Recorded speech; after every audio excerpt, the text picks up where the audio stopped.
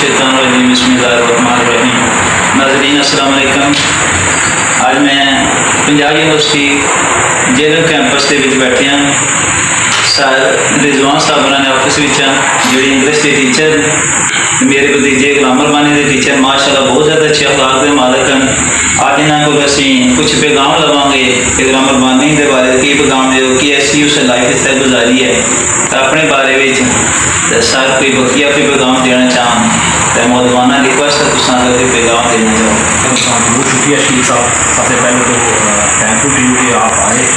अल्हम्दुलिल्लाह आपकी कंपनी को हमने इंजॉय किया, आपसे सीखा बहुत कुछ।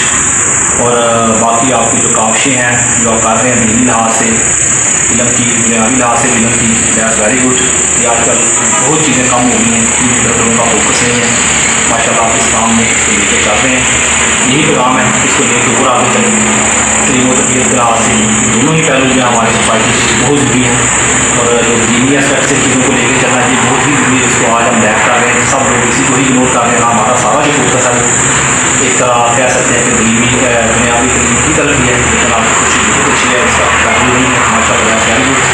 तो आपके दुआ भी कि आप इसमें और अपने आप को कोशिश करें।